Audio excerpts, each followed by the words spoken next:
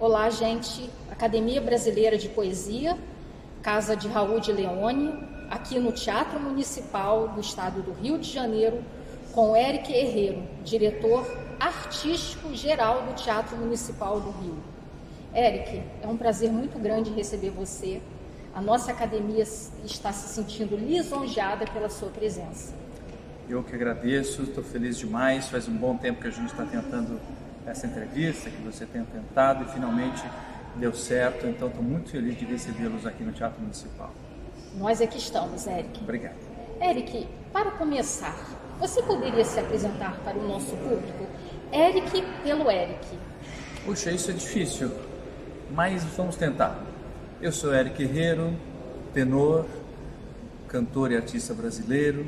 Estou diretor artístico do Teatro Municipal do Rio de Janeiro há 1 ano e alguns meses. Sou conselheiro de cultura do Estado. Primeiro eu fui conselheiro representante da sociedade civil na cadeira de música e agora sou representante do governo no Conselho Estadual de Políticas Culturais. Acabei de ser eleito vice-presidente do conselho e é isso. Sou um artista brasileiro que não se cansa de trabalhar pela classe, sobretudo pela música do nosso país e os nossos artistas. Que bela apresentação, Eric. Obrigado. Eric, você é um tenor internacional. Conte-nos um pouco essa experiência de ter uma carreira internacional. Bom, ter uma carreira nacional ou internacional depende de muitos fatores. O principal deles é a sorte, porque quantas vozes importantes eu ouvi, quantos artistas de grande talento eu presenciei, muitos da minha própria geração, e que infelizmente não tiveram a sorte que eu tive, de estar no lugar correto, na hora correta e preparado para aquelas situações. É uma vida muito dura, de muitas renúncias, sobretudo, de momentos em que você fica afastado da sua família, fica afastado dos seus amigos, para se dedicar e ser realmente viver uma vida sacerdotal para a sua voz, sobretudo, porque nós somos instrumentos vivos.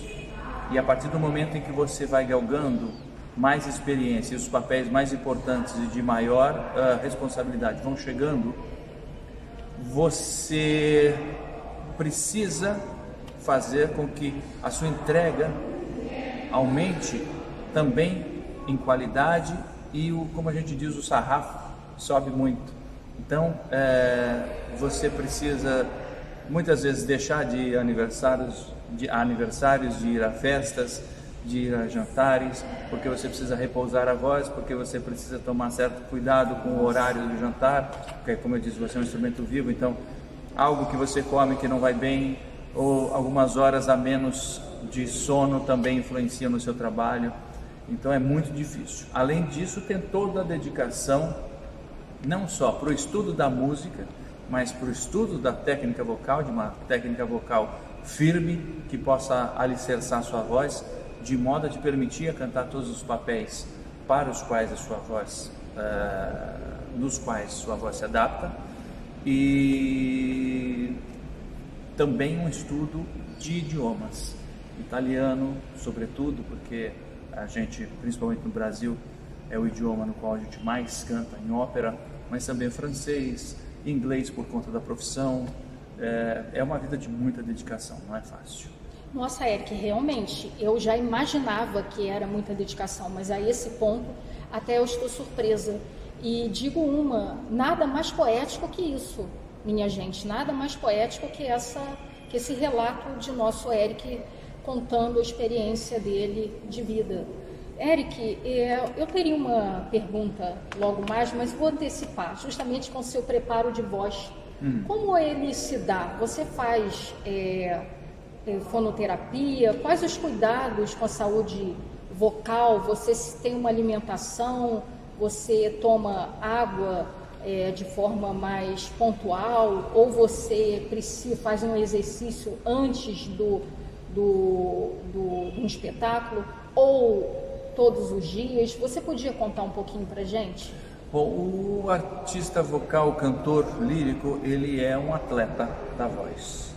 Então, assim como um atleta, você tem um preparo diário a ser respeitado. É como quando você vai à academia, a ginástica, se você deixa de 2, 3 dias, você se sente enferrujado. Com a voz é a mesmíssima coisa, porque o canto, sobretudo, é apoiado por uma estrutura muscular. Ele é sustentado por uma estrutura muscular. Então, se você não fizer todos os dias, não tiver essa disciplina é a palavra de todo artista, mas sobretudo de todo cantor lírico. Se você não tiver essa disciplina de todos os dias fazer os seus exercícios, fazer o seu aquecimento vocal, dificilmente você consegue manter a sua voz de forma controlada, maleável o suficiente para você abordar os papéis que você precisa sem causar dano ao seu instrumento.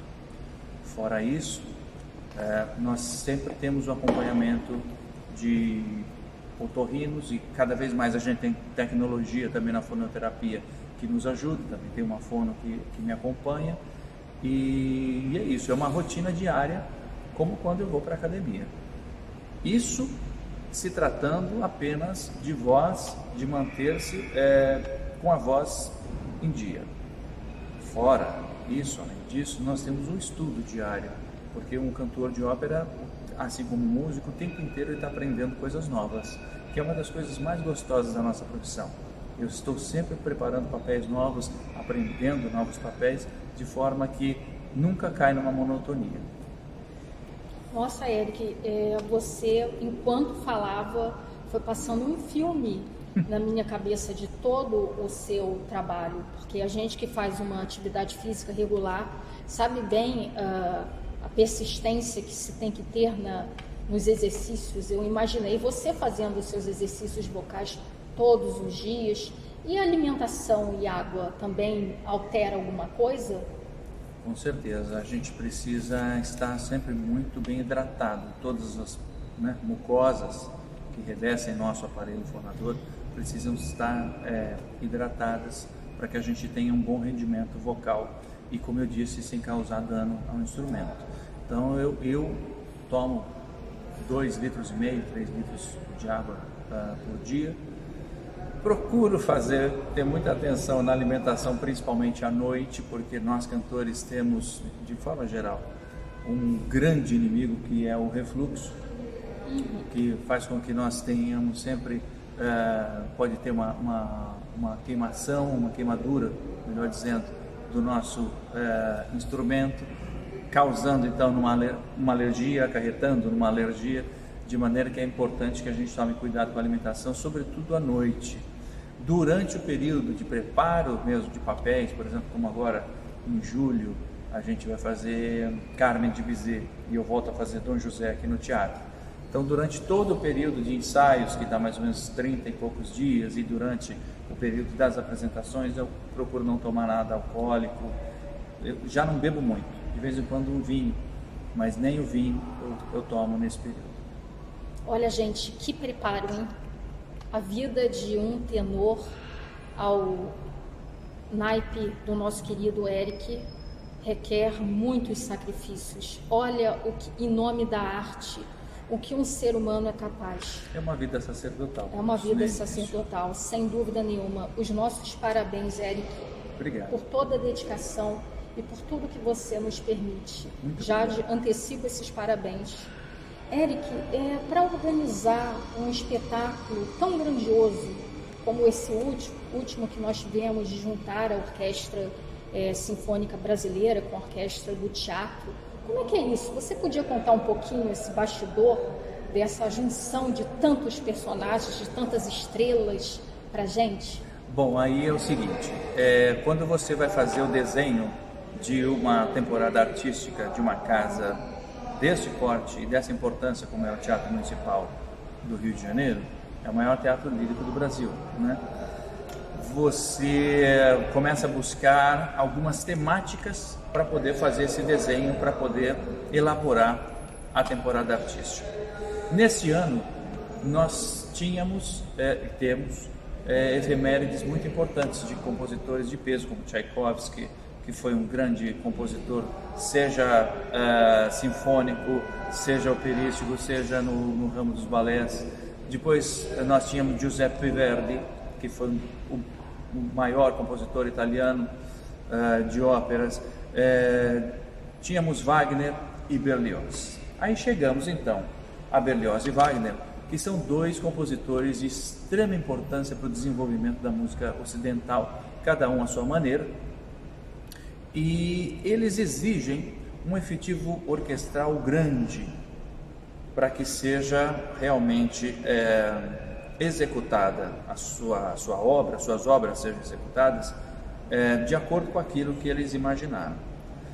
No ano passado, nós havíamos feito uma parceria muito bonita com a Orquestra Sinfônica Brasileira no Dia Mundial da Ópera, no dia 25 de outubro, no qual nós celebramos o centenário do soprano italiano Renata Tebaldi. E aí eu pensei em convidar a Orquestra Sinfônica Brasileira para se juntar ao OSTM, Orquestra Sinfônica do Teatro Municipal, e chegarmos então àquele efetivo grande, numeroso, para trazer toda a força e todo o peso dramático que Berlioz e Wagner exigem. Entrei em contato então com meu amigo Nikolai Sakundiev, que é coordenador artístico de lá da Orquestra Sinfônica Brasileira, e de pronto ele gostou da ideia. Mas sempre que você tem duas instituições tão importantes, de tamanha grandeza, há, além das questões logísticas, questões burocrático-institucionais importantes a serem resolvidas. Então, a presidente Clara Paulini, que é uma grande parceira sempre da diretoria artística nesse sentido, juntamente com a direção da Orquestra Sinfônica Brasileira, foi resolvendo as questões institucionais para que isso pudesse ser viabilizado. E são muitas as questões burocrático-institucionais sempre. Fora isso, nós começamos a trabalhar com duas agendas importantes. Tanto a agenda do teatro quanto a agenda da OSB, que é uma agenda também, assim como a nossa, bem ocupada, graças a Deus por isso. E fomos vendo onde que a gente conseguia encaixar melhor em qual período do primeiro semestre, para que pudesse viabilizar. A partir disso, as duas direções artísticas começam também a dialogar sobre o repertório em si, quais obras a serem abordadas, e trouxemos o Felipe Prazeres, que é o regente da nossa OSTM, para esse diálogo, como eu costumo fazer sempre, numa construção extremamente horizontal com os regentes da casa, seja do coro, seja do balé e também da OSTM. E chegamos a um programa muito bonito, muito redondo, e que foi um grande sucesso. Nós tivemos 2 semanas de ensaios, tanto a OSB quanto a OSTM, e foram 2 noites, uma sexta e um sábado, com casa cheia, como temos tido desde o início do ano passado, graças a Deus, e tivemos críticas muito boas, até crítica internacional, sobre esse concerto. Então, apesar de todo o trabalho que inicia lá atrás, quando você começa a desenhar a temporada e já começa a trabalhar por ela, os últimos 20 dias que precedem o concerto são ainda mais intensos. Nossa, e só para lembrar a todos, o maestro Felipe Prazeres foi já o nosso entrevistado aqui pela academia. Está nos canais aí, nas nossas mídias, no YouTube. Felipe é um grande parceiro, E a entrevista foi ótima. As gatinhas, ele tem 2 gatinhas, a Clarinha, eu já estou chamando de Clarinha, o Schumann, e elas miavam na entrevista. Foi um barato a entrevista. Mas, Eric, eu percebo que você é muito articulado, você é tem uma boa capacidade de comunicação, e o último podcast eu acompanhei, que justamente você falava desse grande espetáculo. E a pergunta agora seria, justamente essa sua capacidade de comunicação, de articulação, eu vejo que você gosta também de integrar grandes instituições de cultura. Você acha que isso foi fatal para a sua escolha como diretor artístico do Municipal? Porque você realiza um trabalho grandioso, Eric. Obrigado, te agradeço muito. Eu acho que o que mais isso pode ter ajudado, sem dúvida, mas o fato de conhecer a casa desde o ano de 2009 eu acho que foi o ponto principal do convite para que eu assumisse a diretoria artística. Eu estrei na casa em 2009, fazendo um papel ainda pequeno na ópera, e pouco a pouco a minha carreira foi se desenvolvendo e os papéis mais importantes de maior responsabilidade foram chegando. E eu procurei sempre ter muita calma e parcimônia nas respostas que eu dava aos convites que sempre chegaram. Procurei nunca dar um passo maior do que a perna e respeitar a minha voz, minha idade e a minha capacidade e as faculdades que eu tinha para aquele momento para abordar aqueles papéis. Aqui então, a partir de 2009, eu passei a vir todos os anos, eu sou paulistano, passei a vir todos os anos para o Rio de Janeiro e às vezes 3 vezes nas temporadas para fazer distintos papéis. Em 2017 eu vim de vez morar no Rio de Janeiro e aí me casei com uma cantora também da casa e tenho um filho também carioca, e eu acho que então conhecer os corpos artísticos, conhecer os artistas da casa, suas lutas históricas, suas dificuldades, é que acabaram me credenciando a ser o diretor atual, a estar na diretoria artística. Foi um pedido das associações, um nome que veio das associações da casa, que foi aceito pela nossa presidente e então referendado pela nossa secretária de Cultura, Daniele Barros. Nossa, que bonito isso, gente. Como já diz Jung, domine todas as técnicas, saiba de todo o conhecimento, mas quando você estiver diante de uma alma, seja apenas outra alma. E me parece que Eric entende bem disso. Como eu disse, tanto na gestão quanto no canto, o mais belo de tudo, eu acho que na vida, o mais belo é que você nunca sabe tudo. Você sabe que você nunca sabe todo o necessário, que você precisa de uma outra pessoa que saiba aquilo que você não sabe. Essas duas pessoas também nunca vão saber todo o necessário e se complementam. E a cada informação, cultura, conhecimento, é como aquela metáfora da vela, que se você tem uma vela acesa, a minha está apagada, e você chega com a sua chama e acende a minha, nós dois saímos beneficiados. Eu passo a ter essa luz e nós dois juntos temos uma luz muito maior. Acredito nisso também na gestão, quanto à informação e ao aprendizado. Sem dúvida nenhuma. E o Eric me fez lembrar uma frase atribuída a Victor Hugo. Acredito que deva ser também um escritor que o nosso Eric goste, que ele diz o seguinte, que se todos nós nos dessemos as mãos, o mundo seria uma grande roda. É verdade. Então, é mais ou menos por aí. Que bonito que o Eric nos disse. Eric, quais são as suas, em termos artísticos, as suas preferências, assim, no geral? Uma curiosidade nossa. Puxa vida, eu sou muito eclético, pode nem parecer, mas eu sou muito eclético, além da ópera, claro, que além de tudo é minha profissão, a música de concerto e o balé. Eu gosto muito de música popular, gosto de música popular brasileira de qualidade, gosto muito de tango, gosto muito de bolero, canto tangos e boleros também. Enfim, eu gosto daquele samba de raiz, sabe? Então eu sou muito eclético, eu não tenho uma grande preferência, vamos dizer assim. Óbvio que a ópera está em primeiro lugar, porque é a minha vida e por onde eu me realizo artisticamente. Mas gosto muito de sarsuela também, que é um tipo de ópera tipicamente espanhola, enfim. Muito bom, gente, muito bom, muito bom. Eric, o seu segmento, você agora está num segmento de turismo também.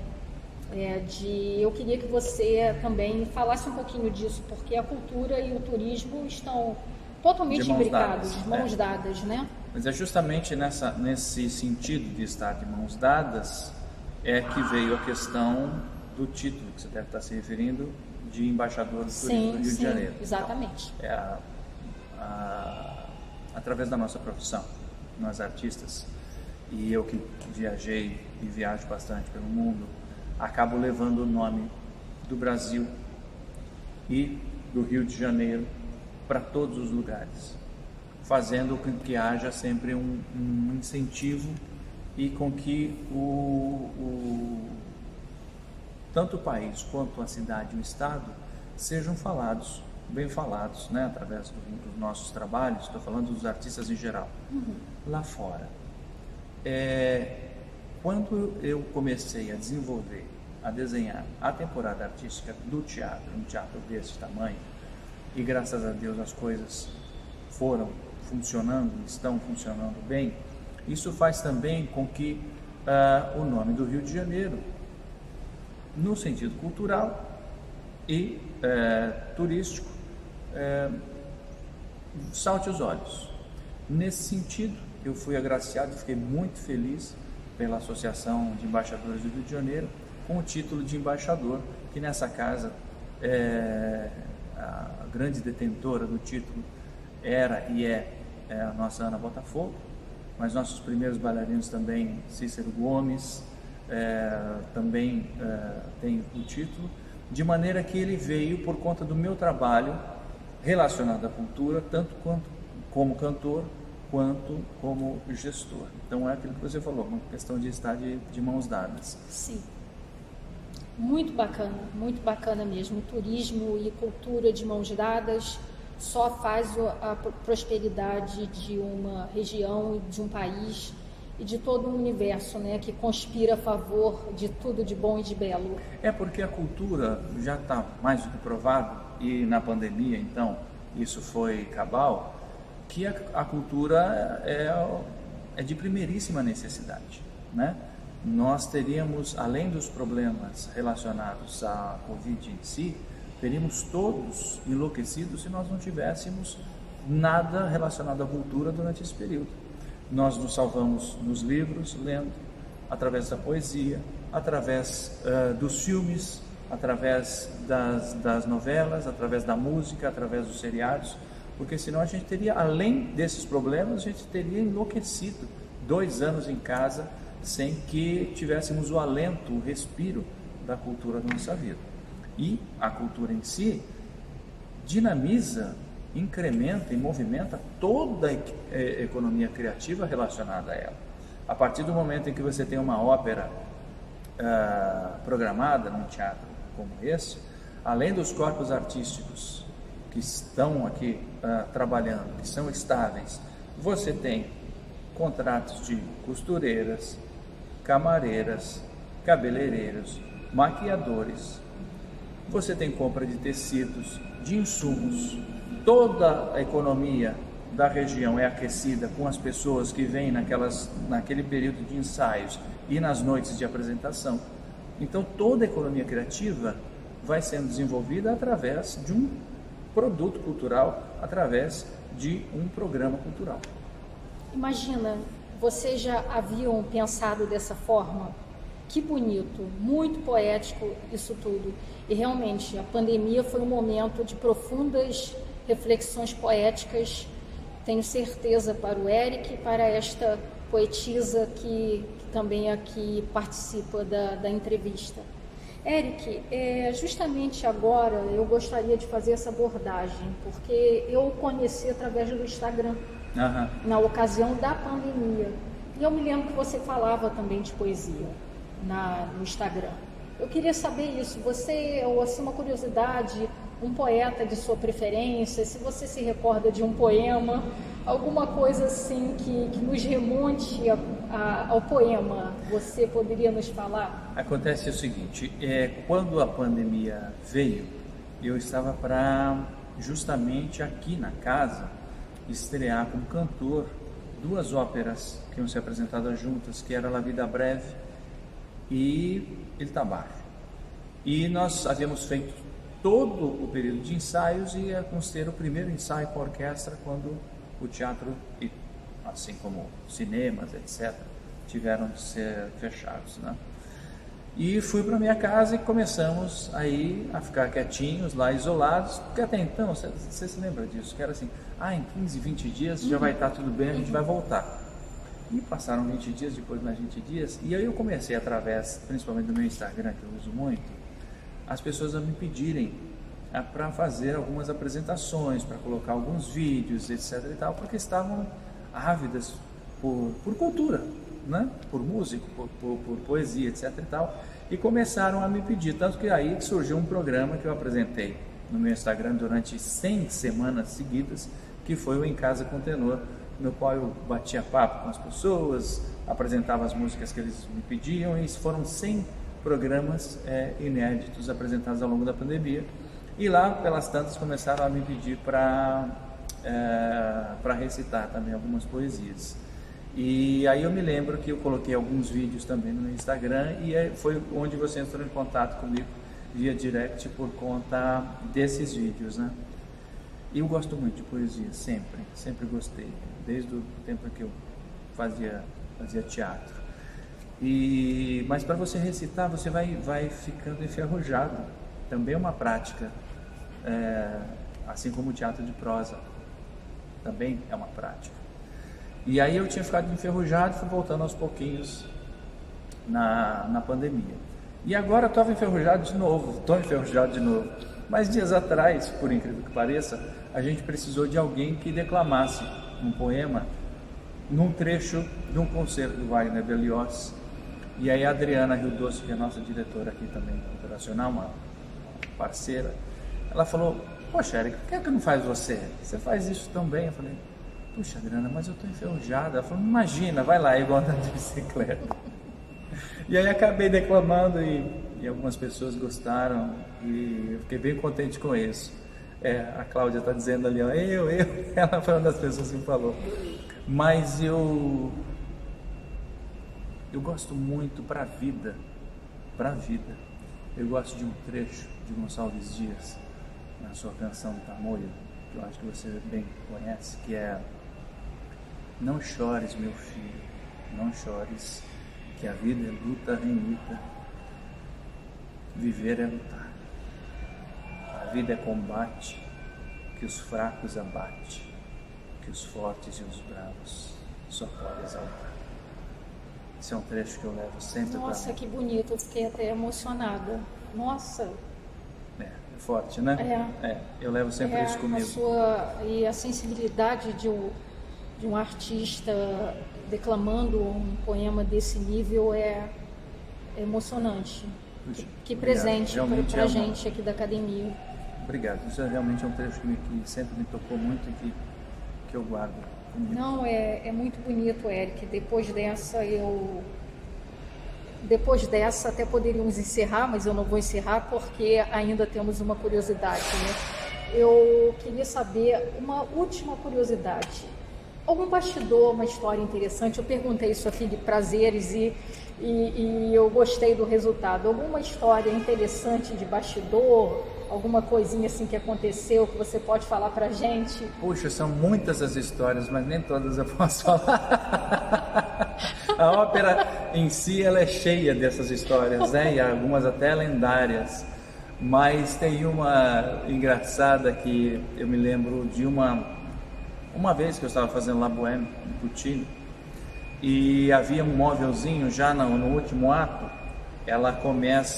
O ato se abre com um dueto do poeta Rodolfo com o pintor Marcello, e eles estão ali dialogando, cada um pensando na sua amada, cada um levou o seu devido fora, e eles estão ali como amigos comentando isso, né? E tem um momento em que o Rodolfo vai cantar e ele tem uma rubrica de Puccini na partitura, ele vai até um móvelzinho e pegar uma touca que ele havia dado de presente à sua namorada Mimi, em italiano uma cuffietta, é uma touca bordada.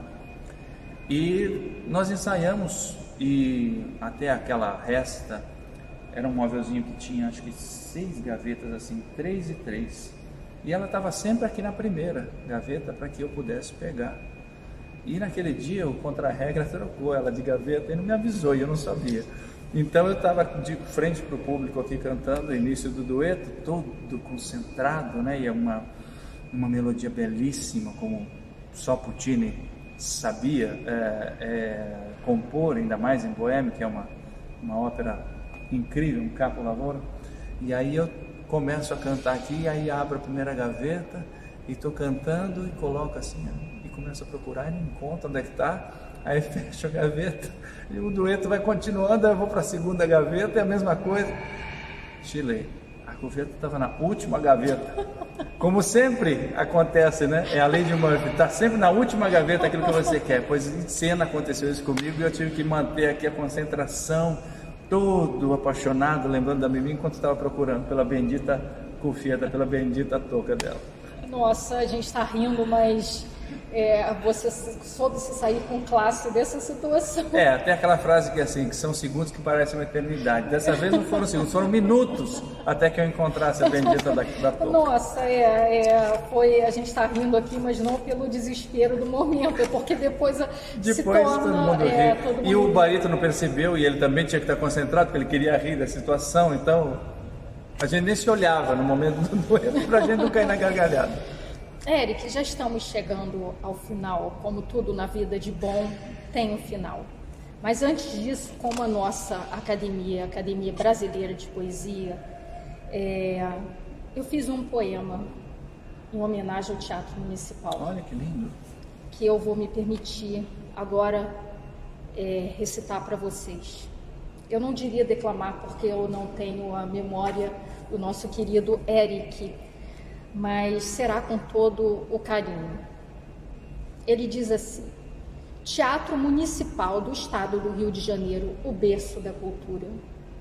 Falar do Teatro Municipal é remontar a cultura no seu melhor lugar reservado. Inaugurado no dia 14 de julho de 1909 pelo presidente Nilo Peçanha, na gestão do prefeito Souza Aguiar, desde o início das suas obras, levou 4 anos e meio para inaugurar. Se destaca no Brasil e na América Latina como uma das melhores casas de espetáculo, para que o público possa bem desfrutar. E lá se vão concertos, balés e tantas montagens que prometem ao público se elevar. E se elevar, sabe por quê? Porque a arte que remonta ao belo é um acalento à sensibilidade daqueles que já sabem bem apreciar, e quanto ao trabalho para tudo montar, vários núcleos, sejam de músicos, bailarinos e todos os demais que nos bastidores fazem um espetáculo acontecer. Você já se emocionou com a batuta de um bom maestro regendo a orquestra nesse espaço portentoso e mágico? E o corpo de balé com seus movimentos milimetricamente ensaiados? É tanta emoção que dá a impressão de não se conseguir expressar o que se sente no coração. Parabéns à equipe, na pessoa do nosso querido Eric Herrera, do nosso Teatro Municipal, por tantos anos de bom entretenimento, por proporcionar a seu público momentos memoráveis. E tudo isso é porque eu amo o Teatro Municipal. Ah, que lindo! Parabéns, Silvia. Eric, foi um prazer muito grande para a Academia Brasileira de Poesia estar aqui nesse espaço mágico do Teatro Municipal do Estado do Rio de Janeiro, contar com você, com a Cláudia, que está ali nos bastidores, que é a nossa querida assessora de imprensa, que foi amável e extremamente competente conosco, com a nossa academia, e também agradecemos a ela, e que possamos voltar aqui sempre para esse berço fabuloso da melhor cultura. Eu agradeço muito a visita de vocês. Aproveito para convidar todos para que venham prestigiar os artistas do Teatro Municipal. Nós precisamos de vocês, precisamos do carinho de vocês. O teatro é de todos, é um teatro público e vocês todos têm o direito de estar no Teatro Municipal. É para isso e por isso que nós trabalhamos arduamente todos os dias. Venham sempre e viva o Teatro Municipal do Rio de Janeiro. Vida longa à Academia Brasileira de Poesia. Vida longa e viva o Teatro Municipal do Estado do Rio de Janeiro.